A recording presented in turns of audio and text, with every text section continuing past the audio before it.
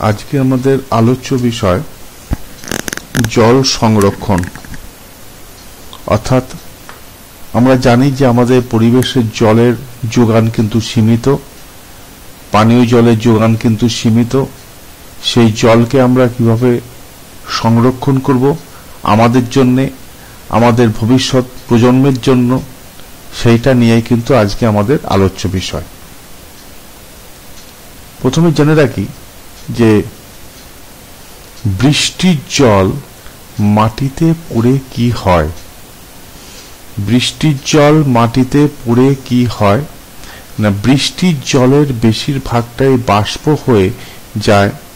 বৃষ্টির জলের বেশিরভাগটাই বাষ্প হয়ে উড়ে যায়, আর কিছুটা অংশ মাটিকে ভিজিয়ে নরম করে। তাহলে বৃষ্টির জলকে কি আমরা কাজে লাগাতে পারি? বৃষ্টির জলকে আমরা সারাদিনের ঘরের নানা কাজে লাগাতে পারি। বৃষ্টির জলকে আমরা সারাদিনের ঘরের নানা কাজে লাগাতে পারি। যদি বৃষ্টির জলকে আমরা সংরক্ষণ করি, সেই জলকে যদি ধরে রাখি, সেই জলকে দিয়ে আমরা কিন্তু ঘরের নানা কাজ, এমনকি পানীয় জল হিসাবেও আমরা ব্যবহার করতে পারি। পাহাড়ি এলাকায় যেখানে পানীয় জলের পরিমাণ খুব কম, কারণ মাটি থেকে সেখান থেকে জল তোলা যায় না, সেখান থেকে কিন্তু অধিকাংশ জায়গাতেই বৃষ্টির জল ব্যবহার করা হয়। বৃষ্টির জলকে কিন্তু ধরে রাখার সুবন্দোবস্ত আছে। বা মরুভূমি অঞ্চলও যেখানে বৃষ্টিপাত অত্যন্ত কম, সেখানেও কিন্তু যেটুকু বৃষ্টি হয় বৃষ্টির জলকে ধরে রাখার ব্যবস্থা আছে। দেখো এখানে বৃষ্টির জলকে ধরে রাখছে, এই যে বৃষ্টি পড়ছে বাড়িতে, এই যে টিনের চাল, এখান থেকে কিন্তু জলটাকে, বৃষ্টির জলটা এখানে পড়ছে, বৃষ্টির জলটা এখানে পড়ছে, এই মাধ্যমে বৃষ্টির জলটা চলে আসছে, চলে যাচ্ছে এই ট্যাঙ্কের মধ্যে, বৃষ্টির জলটা ধরে রাখছে। এই ট্যাঙ্কের মধ্যে বৃষ্টির জলটা ধরে রাখছে, এখান থেকে পাম্পের মাধ্যমে সারা বাড়িতে আবার সেই জলটা সরবরাহ হচ্ছে কাজের জন্য। এইভাবে কিন্তু বৃষ্টির জলটা আমরা ধরে রাখি। দেখো ছাদ থেকে পাইপের যোগ আছে, এখান থেকে পাইপের মাধ্যমে বৃষ্টির জলটা এসে এই ট্যাঙ্কে পড়ছে। পাহাড়ি এলাকায় এটা দেখতে পাওয়া যায়। এবং এই ট্যাঙ্ক থেকে কিন্তু আমরা পরবর্তীকালে পাইপের মাধ্যমে আবার বিভিন্ন জায়গায় জলটাকে নিয়ে যাই বাড়ির বিভিন্ন কাজে ব্যবহার করবার জন্য। তোমরাও যদি বাড়িতে বৃষ্টির জলকে ধরে রাখো, তাহলেও তোমরা অনেকটা জল সংরক্ষণ করতে সমর্থ হবে।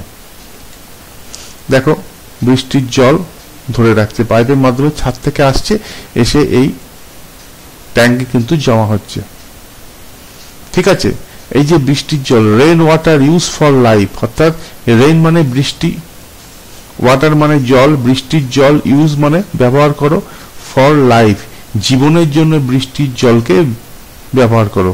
দেখেছো ছাতার মধ্যে বৃষ্টির জলটা ধরে রাখছে, সেখান থেকে কিন্তু উদ্ভিদকে সরবরাহ করা হচ্ছে।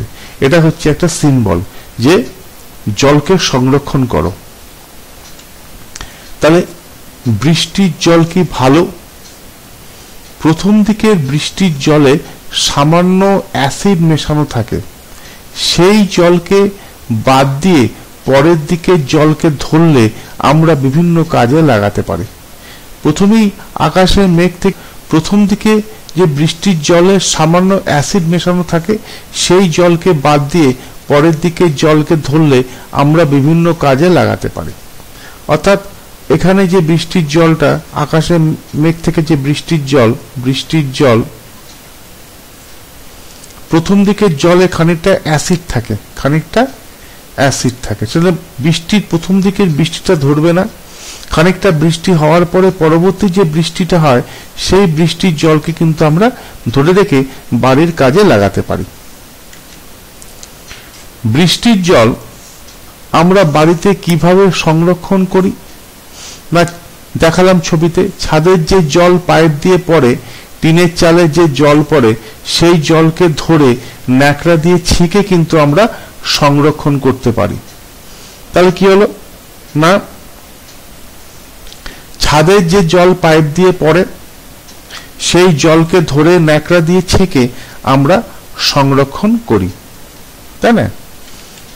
সব সময় কিন্তু তোমাদের এটা মনে রাখতে হবে, ভীষণ ইম্পর্ট্যান্ট, সবসময় মনে রাখবে জল কখনো অপচয় করা উচিত নয়, কারণ মাটির নিচের পানীয় জল অনেক দিন ধরে পরিশ্রুত হয়ে তৈরি হয়, ফলে জলের পরিমাণ কিন্তু সীমিত।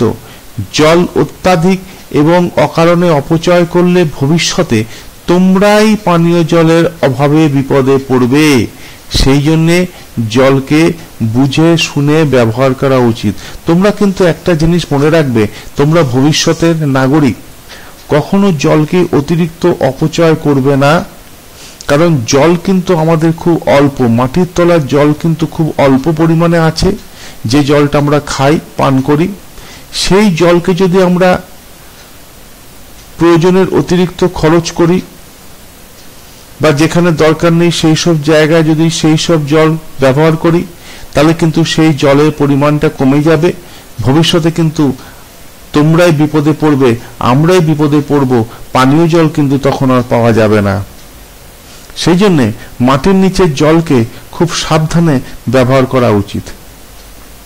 তাহলে আমরা আরেকবার জিনিসটা যদি ঝালিয়ে নেই, তাহলে কি দেখব না, বৃষ্টির জল মাটিতে পড়ে কি হয়, বৃষ্টির জল মাটিতে পড়ে কি হয় না, বৃষ্টির জলের বেশিরভাগটাই বাষ্প হয়ে যায় আর কিছুটা অংশ মাটিকে ভিজিয়ে নরম করে।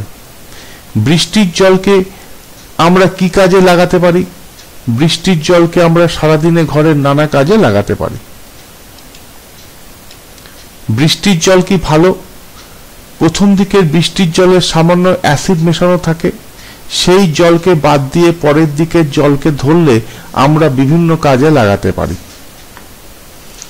বৃষ্টির জল আমরা বাড়িতে কিভাবে সংরক্ষণ করি না, ছাদের যে জল পাইপ দিয়ে পড়ে, টিনের চালে যে জল পড়ছে, সেই জলকে ধরে ন্যাকড়া দিয়ে ছেঁকে আমরা সংরক্ষণ করি।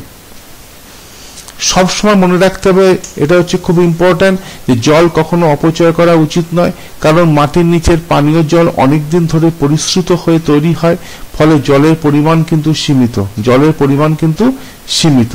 জল অত্যাধিক এবং অকারণে অপচয় করলে ভবিষ্যতে তোমরাই পানীয় জলের অভাবে বিপদে পড়বে। সেই জন্য জলকে বুঝে শুনে ব্যবহার করা উচিত। তোমরা সামনের দিন নিজেদের মধ্যে আলোচনা করে এটা করে আনবে, তোমরা সারাদিন কোন কোন কাজে জল ব্যবহার করো, কোন কোন কাজে তোমরা জল ব্যবহার করো, কতটা করে জল ব্যবহার করো, কোন কাজে কতটা জল ব্যবহার করো, কিভাবে কাজ করলে জল ব্যবহারটা তোমরা কমাতে পারবে, কি করে কাজ করলে তোমরা জল ব্যবহারটা তোমরা কমাতে পারবে। এইটা কিন্তু তোমরা সুন্দর করে করে আনবে, তবেই তোমরা জলের ব্যবহার কতটা করা উচিত আর কতটা করা উচিত নয় তোমাদের একটা ধারণা কিন্তু হয়ে যাবে।